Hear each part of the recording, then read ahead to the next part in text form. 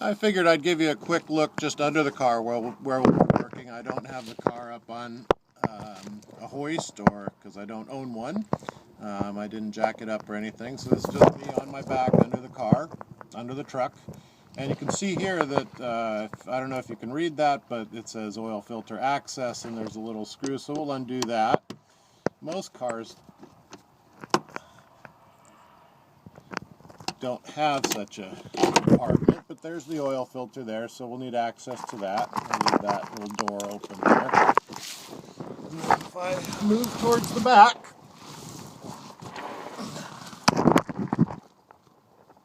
there's the oil drain plug there, and that's in this car, that's a 15 millimeter drain plug nut on the end there. And so we'll go grab our 15 millimeter socket and loosen that up. Here's just the view from behind the passenger side tire. You can see the drain plug there and the oil pan ready to catch the oil as it comes out. And as you loosen this bolt up here, this drain plug, I'll get my socket turned the right way.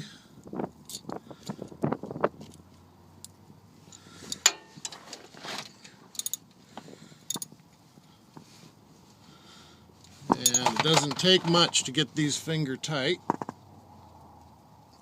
And usually I end up dropping this into the drain pan. That's not a problem. You just clean it up later.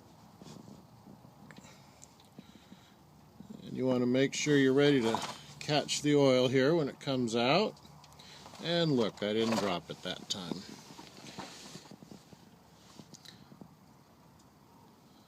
So a lot of times these are pretty stuck on, and you probably want to use an open end or a box end wrench. You get a little better leverage than with the socket. I actually did loosen this one up a bit, so you didn't have to hear me grunting. And that'll drain out for a while. We'll cut away here, it's not too interesting. Now while that's draining out down there, it really is kind of a closed system. So you do want to loosen up the drain cap so that you don't catch any air pockets. And that's where the new oil is going to go in right there.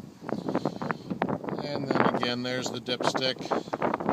In some cars, the filter is close enough to the drain plug that you can get both of them dripping into the same pan, but that's not really true in this truck. So we'll let just about all that oil drain out, and then we'll move the drain pan to under the oil filter and drain that as well. So just turning back to the owner's manual for a second, you'll find them in different spots in different owner manuals, but there's always going to be a couple pages somewhere, usually towards the front or the back. This one's towards the back of the maintenance section of the manual. You'll see specifications for how much coolant to add, how much oil to add. You just want to take a quick peek at that before you go to buy your oil to make sure that you're getting the right amount. You know, a lot of cars, you get these 5-quart deals with an oil filter, are very common these days. A lot of cars take a lot less oil than that. Some of the smaller cars use 4 quarts or less, and you may actually find it cheaper to buy 4 quarts of oil in an oil filter than go with the 5-quart jug and the new oil filter.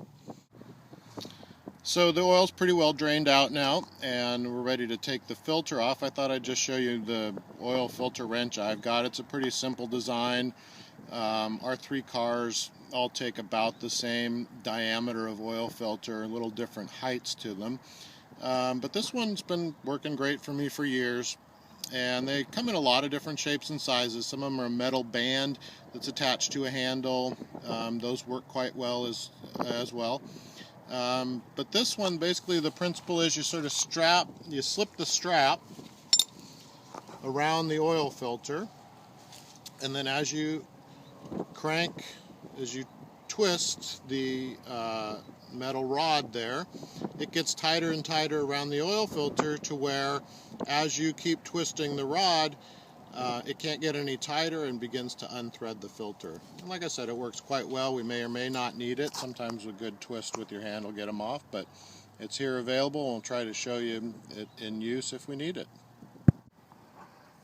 So here you can see that oil has slowed down to a pretty slow, steady drip, and that little bit of oil that's dripping out there, that's certainly not going to cause any problem when we add the new oil, because after all, the solution to pollution is dilution, and so a whole bunch of fresh new oil and a couple of drops of old oil, that'll be just fine. So we're going to go ahead and put that drain plug back in. And there's the drain plug there. I just thought I'd show it to you. Usually most drain plugs will have a little magnet at the end there, and that just helps collect any metal debris that's sheared off any of your engine parts and keeps them from recirculating back up through that could further damage your engine. So that's worth a clean off if you notice some little metal shavings in there.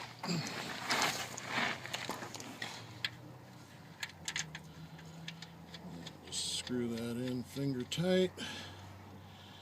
Grab the socket wrench. Set it to tighten rather than loosen.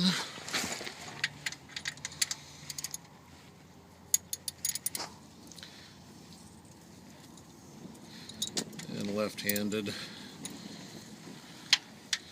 I often get my righty-tighty, lefty-loosey mixed up when I'm doing stuff with my left hand.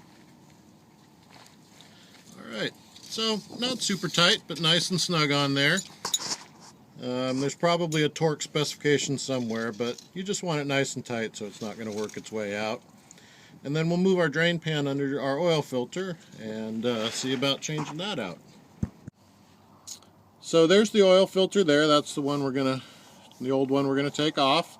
And I'll just go ahead and try to give it a couple turns with my hand, see if I can loosen it up. Usually, it's not just that it's tight on there, but as you can see, it's really hard to get a good angle on this. So let's go ahead and put our wrench on there. And sometimes I get the orientation of this wrong, but it's pretty easy to remedy.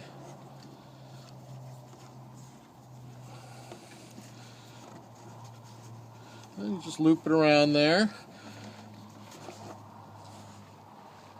And then this has a little slot for a screwdriver, something you can get a little better leverage with. And you just give it a good crank.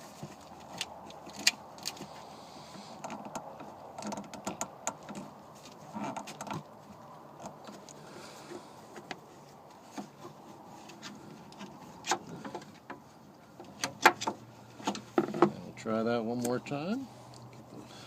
Get the screwdriver handle somewhere a little better.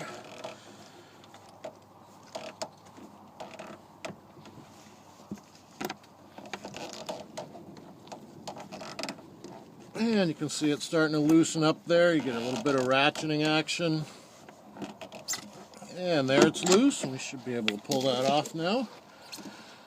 I'm not going to loosen it up too much till I get the drain pan position. You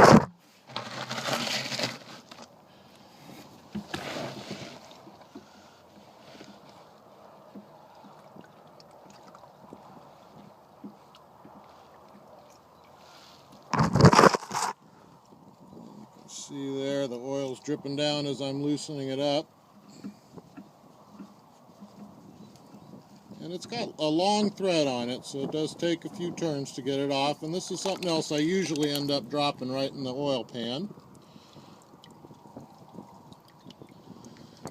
And it's not working on a car if you don't get a little oil on your fingers. But, you know, I bought this drain pan with a funnel, some shop towels, and some hand cleaner, all for about 20 bucks. So there's a little bit of initial investment. Basically, you can probably get everything you need to get for an oil change for about the price that you'd pay to have it done. And then sort of every time after that, you're at about half the cost. So